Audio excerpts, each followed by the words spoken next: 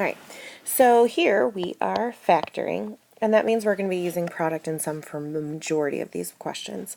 So in number 1, our product is 28 and our sum is 11. I get that product because there's an imaginary 1 right there, and 1 times 28 gives me 28.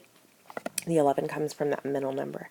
Factors of 28 are 1 and 28, 2 and 14, 4 and 7, and I know that 4 and 7 will add together to give me a sum of 11.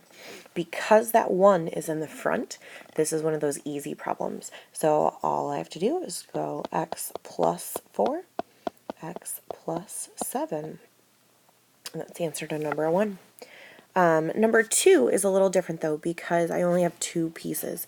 So always the first thing I'm looking for is a GCF, which in this case I have a GCF of 3 because both 6 and 9 are divisible by 3. So I divide that 3 out, and 6 divided by 3 is 2, so I have 2x squared. 9 divided by 3 is 3, and because 2 and 3 are not perfect squares, I know this isn't a difference of squares problem, so we are done. If you look at number 3, this is as a trinomial, so again it's going to be a product and sum problem. The product this time is 3 times 8, which is 24, and the sum is 10. And this is a really good one because we have a lot of pairs that we could use for 24. And as a matter of fact, we have 2 of them that can somehow combine to make 10. 12 minus 2 would give me 10, and 4 plus 6 gives me 10. Now here's where the signs are important because I have a positive 24 right there, so I would either need double negative or double positive, and the 12 and negative 2 only has 1. So I'm going to be using the 4 and the 6, and I'm going to write it like it was a simple problem. X plus 4, x plus 6. But the problem is I have this 3 right up front, so I have to try to work that into the problem somehow. So I'm going to try to divide it. 4 does not divide by 3, which means I'm going to move that 3 up front with the x, and that's going to give me 3x plus 4 as one of my pieces. However, 6 does divide by 3, and 6 divided by 3 is 2.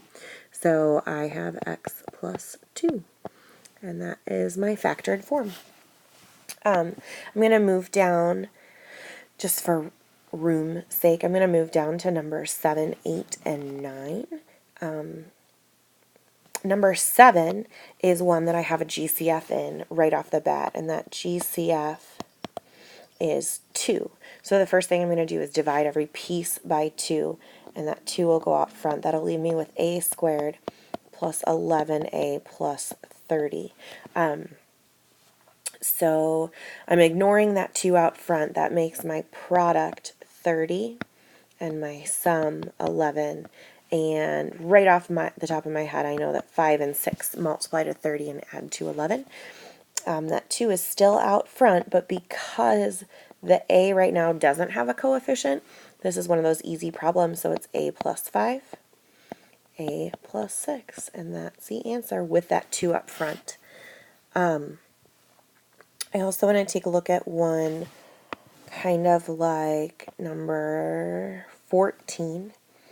Number 14, you'll notice that very first term has a negative in front, and we do not want that when we're factoring.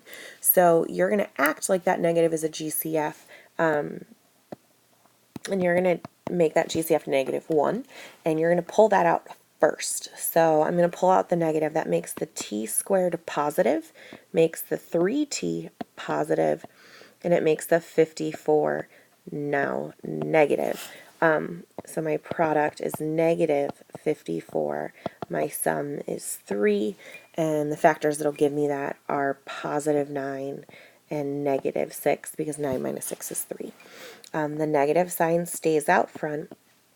And again, because there's no there's no coefficient here, I'm going to have easy problem, t plus 9, t minus 6. What's another good one to take a look at? All right, moving on. I definitely want to take a look at number 16.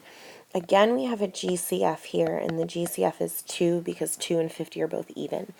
So I divide that 2 out, and this is going to give me x squared minus 25, because 50 divided by 2 is 25. And here I have two pieces. I've already taken a GCF out, but what I want you to notice is that x squared is a perfect square, and 25 is a perfect square, and there is a minus sign in the middle. And what that means is that we have a difference of squares problem. And if you don't remember, to factor a difference of squares, you're going to take the square root of each piece. So the square root of x squared is x, and that'll go in the front. The square root of 25, of course, is 5. That'll go in the back of each. And then one of them gets a plus sign and one of them gets a minus sign. That's just a pattern that we need to recognize.